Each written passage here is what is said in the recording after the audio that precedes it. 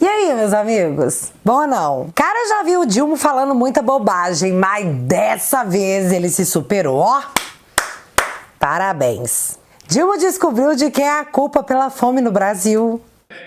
E se nesse país a gente produz alimento demais e tem gente com fome, significa que alguém está comendo mais do que deveria comer. Como se não bastasse o Dilma dizendo que a classe média ostenta pra caramba com 2 TVs em casa, agora pode ser que seja ditado pra população a quantidade de comida que ela pode consumir. Não eles, só a gente. Porque essa é a maravilha dos políticos de esquerda, né? É socialismo pro povo e capitalismo pra eles. É, meu amigo, o Dilma tem um relógio de quase 90 mil reais. Quantas picanhas será que dá pra comprar com esse valor, hein? E aqui, vocês perceberam que com o Bolsonaro fora do Brasil, não estando aqui pra ser atacado pelo Dilma, as tragédias verbais dessa galera estão muito mais claras e muito mais nítidas? E assim, eu juro pra vocês que a primeira coisa que passou pela minha cabeça foi colocar nesse vídeo do Dilma a foto do Flávio Dino de shortinho.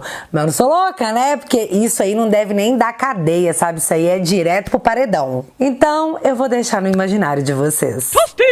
E como o vídeo de hoje tá cheio de falas, momentos e exposas sensacionais com direito à teoria conspiratória baseada nas vozes da minha cabeça, separa a pipoca, fica confortável e bora lá!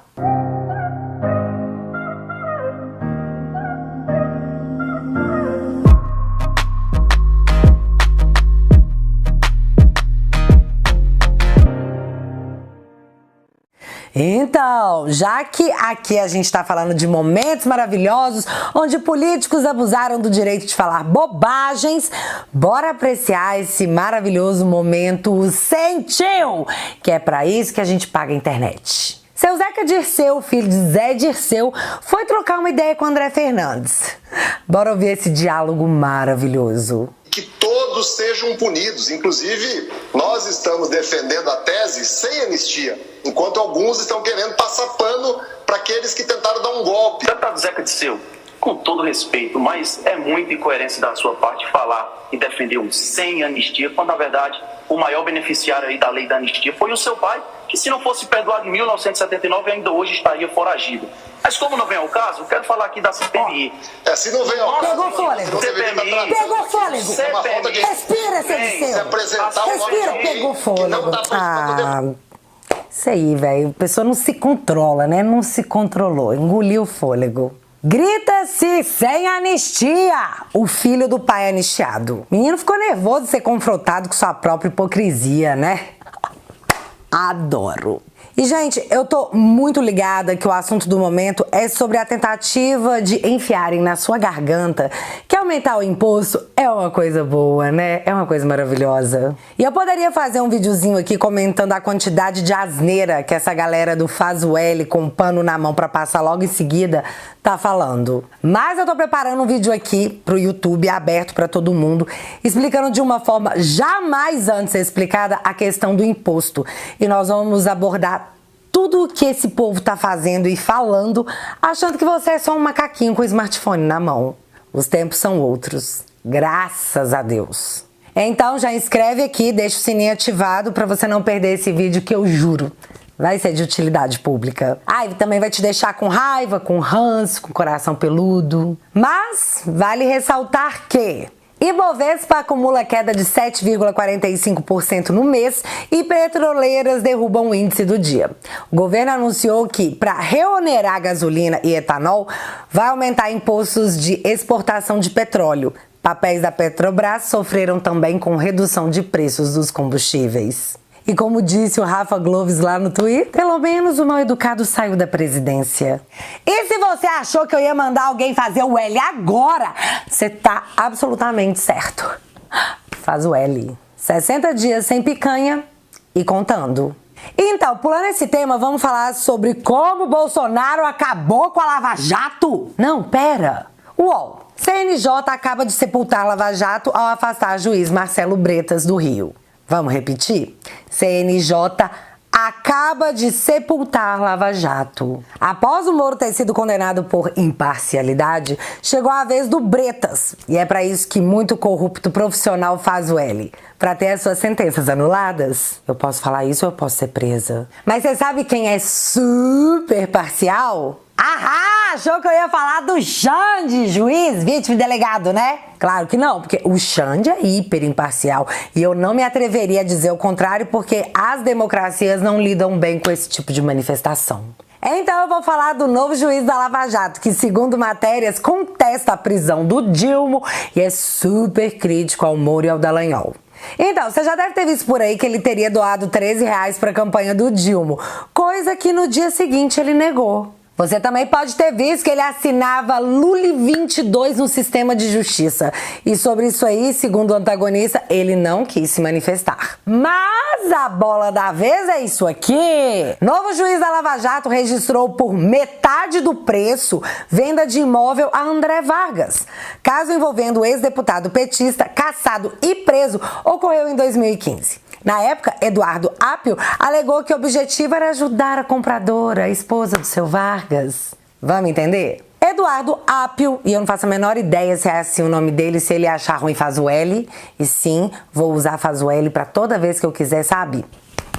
Então, seu Eduardo Apio, atual juiz da Lava Jato, tinha um imóvel avaliado em 980 mil que ele vendeu ao seu André Vargas, o deputado do PT. Porém, na escritura foi lançado o valor de 500 mil, subfaturando assim o valor de 480 mil reais. Segundo o processo de André Vargas, existe uma troca de mensagens entre o seu irmão, o seu Leon Vargas, e o Eduardo Apio. E essa mensagem rola no dia 23 de fevereiro de 2011, onde o irmão do petista condenado na Lava Jato diz o seguinte, abre aspas, Eduardo, na escritura o valor total tem que ser 500 mil. Fecha aspas. Os motivos pelo qual a Lava Jato não denunciou o atual juiz da operação, Eduardo Apio, por lavagem de dinheiro ou sonegação, segundo a CNN, são dois. Abre aspas para a matéria. 1. Embora os procuradores tenham considerado grave o envolvimento do magistrado na venda de imóvel subfaturado a um político que poderia estar lavando dinheiro sujo com pagamento em espécie, não havia provas de que ele sabia de antemão da origem criminosa do dinheiro, de modo que, sem dolo, entendeu-se que não era um caso promissor. 2. A Lei 10.684 de 2003 permitiu a extinção da punibilidade do acusado em caso de pagamento de débito tributário. Então se concluiu que não valeria a pena buscar o enquadramento, já que o alvo central era André Vargas. O político que havia esquentado 480 mil na transação ainda poderia turbinar esse valor de origem criminosa, lucrando com a revenda do imóvel por um valor maior que os 980 mil efetivamente pagos. Ficou claro até aqui? O atual juiz da Lava Jato vendeu um imóvel para André Vargas, deputado do PT, envolvido num monte de crime, acusado e condenado por todos eles. Um imóvel de 980 mil, onde na escritura constava o pagamento de 500 mil. E aí, voltando agora à matéria do antagonista, o deputado petista, corrupto, caçado e condenado, disse ao Moro na época que a transação foi registrada com um valor menor a pedido do próprio Eduardo Apio. Já a versão do Eduardo, a investigação é... Abre aspas. Apio alegou que o corretor tinha proposto fazer uma escritura num valor menor para ajudar Edilaira, esposa do Vargas, a pagar menos impostos, uma vez que ela precisava cuidar do pai doente. Fecha aspas. Tá, mas o que a gente faz com a mensagem do irmão do Vargas dizendo pro próprio Eduardo Apio que o valor tinha que ser de 500 mil? Hein, seu Eduardo? De qualquer jeito tá errado, mas foi uma subfaturação para um político corrupto visando o bem do sogro do cara, né? É uma atitude genuína, altruísta. Que cara bom de coração. Quem liga se é ilegal. O que vale é o que tá dentro do seu coração. Viu, seu Eduardo? Mas enfim, meu povo, esse aí é o novo juiz, diferente do Moro e Deltan, imparcial. O resto é fofoca de gente da extrema-direita fascista, opressora, olavista e tudo mais. Mas agora vamos falar aqui do time dos sonhos formados pelo Dilma. E se você achou que eu ia falar da ministra ligada à milícia, que o Dilma finge que não tem nada demais, pura implicância, isso aí, você tá errado. Tô falando do ministro das Comunicações, que usou orçamento secreto para asfaltar as ruas da sua fazenda, que usou jatinho da FAB para ir a leilão de cavalos milionários, que escondeu do TSE pelo menos 2 milhões em patrimônio. Isso aí você não tá vendo, né, Xande? Pô. E eu sei que tudo isso aí você já viu. Porém, o que saiu na noite dessa terça-feira foi só uma cereja de bolo. Matéria do Metrópolis.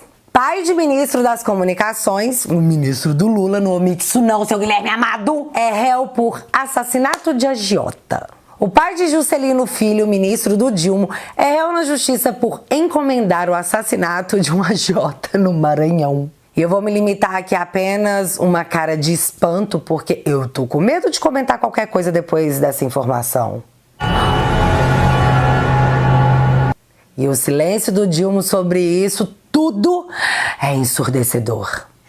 Tá, bora então falar de CPMI, porque Pachecão, depois de tomar um pito de Gilmar Mendes, aparece para dizer: se confirmadas as assinaturas, fará a leitura do pedido de CPI sobre atos do 8 de janeiro. O presidente do Congresso também diz que dará seguimento ao requerimento de CPMI, que reúne deputados e senadores. Então anota aí no seu caderninho que vai ter CPMI e esse canal, mesmo censurado pela democracia, fará a cobertura dos melhores momentos com um mega expose já anunciado. Na tarde dessa segunda, deputados e senadores se reuniram para avisar que é para engolir o choro e fazer o L, que no final a verdade vai aparecer. 8 de janeiro.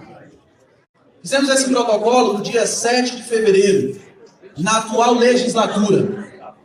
E pensando justamente em fortalecer, em mostrar a união de todo o parlamento, pedimos que fosse uma comissão parlamentar de inquérito mista, onde terão e participarão senadores e deputados federais. Apesar do recesso, onde passou-se um longo feriado, ainda assim todos esses parlamentares ajudaram e buscaram assinaturas. Fizemos ontem um protocolo com 189 assinaturas de deputados federais e 33 assinaturas de senadores da República. São, até o momento, pelo menos 222 congressistas. E para que servirá esta CPMI? O pedido é explícito e é claro. É para investigar todos os atos de ação e todos os atos de omissão ocorridos no último 8 de janeiro. Ainda, o dia anterior do protocolo, veio algo que acendeu a chama da incerteza no povo brasileiro. Vem o presidente da República e decreta sigilo nas imagens das câmeras de segurança do Palácio do Planalto no dia 8 de janeiro. E decide ceder apenas partes cortadas daquelas filmagens para a imprensa. Por que isso? Esses parlamentares aqui querem transparência. Esses parlamentares aqui lutam pela verdade. A suposta omissão do ministro da Justiça em relação à atuação nos atos foi levantada primeiro pela mídia, que além de apontar o dedo pro Flávio Dino, como, por exemplo, nessa matéria aqui do dia 13 de janeiro, exclusivo, Dino sabia, em ofício enviado a Ibanez na véspera do 8 de janeiro, ministro da Justiça e da Segurança Pública cita risco de ações hostis e danos às sedes dos poderes. Vamos só refrisar aqui o que é bastante óbvio. Ministro da Segurança Pública. Flávio Dino é o chefe da Segurança Pública, ou seja, cuidar da segurança pública é o trabalho dele. É para isso que você e eu pagamos o salário do ministro. Mas claro, impossível. Mas não foi apenas uma possível omissão de Flávio Dino que foi levantada, já que a imprensa também levantou uma possível capivara do GSI. E uma das matérias dizia o seguinte: mensagens indicam que GSI minimizou o risco no 8 de janeiro. E nessa matéria eles mostram que tiveram acesso a um grupo de WhatsApp usado pelo GSI e as conversas mostram que eles tinham conhecimento que possíveis manifestantes tinham a intenção de invadir prédios públicos. E essas conversas conversas eram de 6 de janeiro, 2 dias antes do ocorrido. Já no dia 7 de janeiro foi a vez da ABIN disparar um comunicado avisando para 48 órgãos do governo federal, informando que ia ter quebra-quebra. A própria Polícia Federal também se manifestou às vésperas dos atos, segundo a matéria, diretamente a Flávio Dino, expressando a preocupação com o rumo que as coisas poderiam tomar. Mas, como nós assistimos, as coisas aconteceram como se ninguém tivesse a mínima ideia do que poderia acontecer. Um outro ponto interessante é que o Dilma, aparentemente, não sabia de nada que estava rolando às vésperas do acontecido. Será que GSI, ABIN, Ministro da Justiça, PF, ninguém falou nada pra ele? E esse fato pra mim é muito curioso porque no dia 6 de janeiro, sexta-feira antes dos atos, o Dilma anunciou que iria para São Paulo, às 18 horas, como nos conta essa matéria aqui do Valor. Dilma passa fim de semana em São Paulo e deve voltar para Brasília no domingo. Mas o fato curioso tá dentro da matéria. Dá uma olhada. Abre aspas. Por enquanto, não há previsão de agenda oficial para Lula nos próximos dias. Apesar disso, os auxiliares preparam os detalhes de sua primeira viagem oficial ao exterior.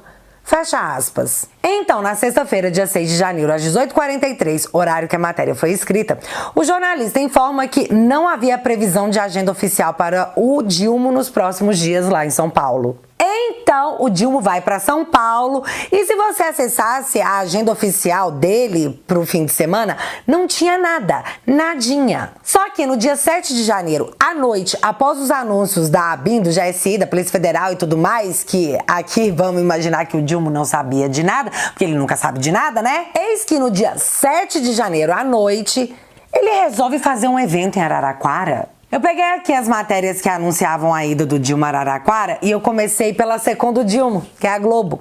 E em sua matéria do G1, contando que o Dilma ia para Araraquara visitar a cratera, a gente observa que o horário da matéria era 18h48, do dia 7, ou seja, dia 7 de janeiro à noite. Aí, em seguida, as demais mídias se manifestaram replicando o comunicado que foi feito pela Globo. O negócio é que o evento em Araraquara foi tão em cima da hora que não constava apenas na agenda oficial do Dilma. Os jornalistas também foram comunicados apenas na noite de sábado, do dia 7, que o Dilma estaria em Araraquara no dia 8. Uma jornalista me encaminhou um print de como a coisa foi feita. Na noite de sábado, dia 7, foi comunicado que as inscrições para cobrir o evento seriam feitas até às 10 da manhã do dia 8 e que as credenciais só poderiam ser retiradas do meio-dia à 1 da tarde, já que às 2h30 o Dilma estaria na tal cratera. Para você que está me assistindo, pode ser nada. Só que não é assim que os credenciamentos para coberturas e eventos acontecem. Aliás, a própria jornalista me relatou que isso nunca havia acontecido, algo tão relâmpago assim. Claro que eu jamais pensaria algo como, sei lá, teve gente aí levantando teorias da conspiração, dizendo que o Dilma arrumou de última hora esse evento em Araraquara para ser filmado longe de Brasília no dia 8. Tipo, eu não tenho nada a ver com isso não, hein? Mas esse tipo de teoria conspiratória só seria possível se de fato o Dilma tivesse sido informado do que o GSI, a ABIN, a PF haviam relatado. E como ele nunca sabe de nada, provavelmente foi obra do acaso, sabe? Do nada ele teve um estalo e falou: cara, seria uma ótima ideia estar longe de Brasília no dia 8 com uma cobertura da imprensa? É óbvio que foi obra do anjo da guarda. Sim, claro. Vamos de mais um trecho do vídeo. No último 8 de janeiro. Muito tem se questionado por que mais de 1000 pessoas foram presas um dia após o ocorrido na Praça dos Três Poderes, em outro lugar que sequer era a cena do crime. Por que várias dessas pessoas se encontram há quase 2 meses presos? Qual é a situação dessas pessoas? Cadê a individualização da conduta?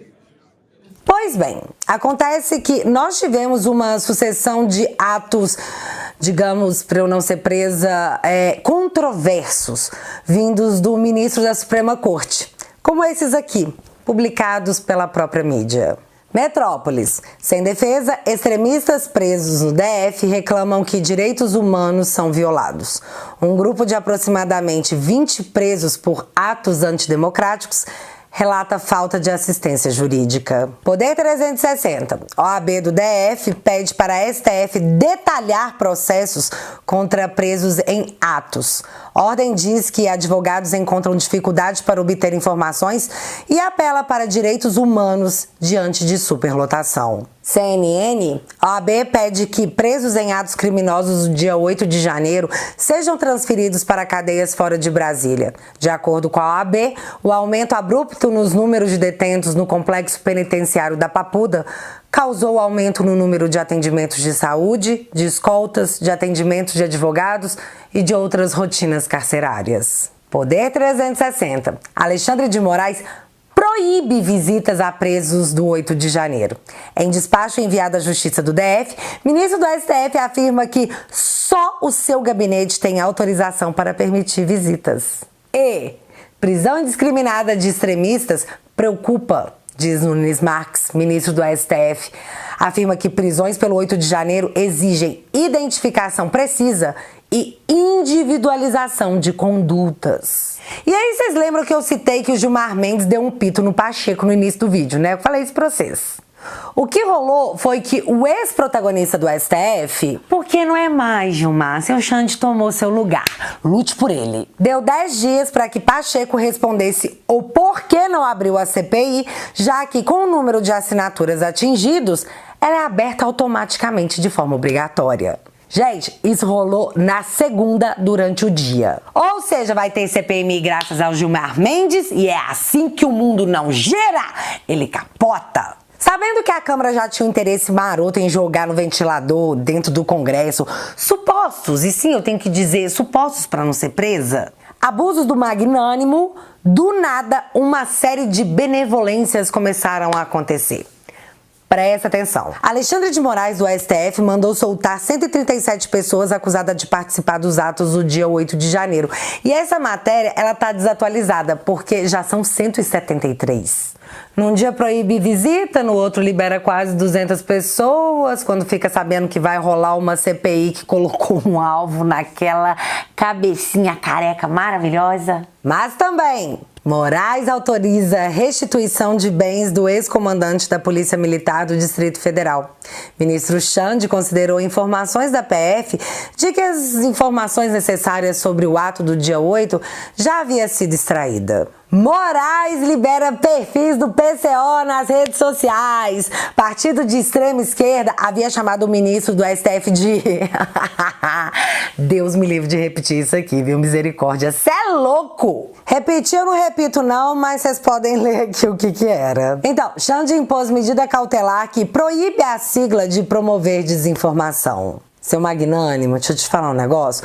Eu topo. Se o senhor me disser qual foi o conteúdo, o que foi que eu postei, que eu falei, que eu opinei, que desagradou vossa magnitude, eu faço trato de cuspe com C que eu não falo de novo. Não é assim que funciona nas democracias? Você proíbe alguém de falar, a pessoa tem que concordar e tem seus direitos devolvidos? Sério mesmo, seu Xande, eu topo. Mas primeiro eu preciso saber o que foi que eu falei, já que os meus advogados não conseguem acesso a nenhuma das decisões do senhor.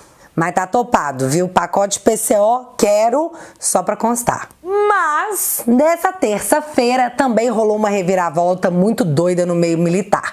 E já que foi vazado um áudio do atual comandante do Exército, seu Tomás, dizendo um monte de coisas, eu vou pôr aqui porque entre elas tem o seguinte. Vamos escutar. A diferença nunca foi tão pequena, foi mínima.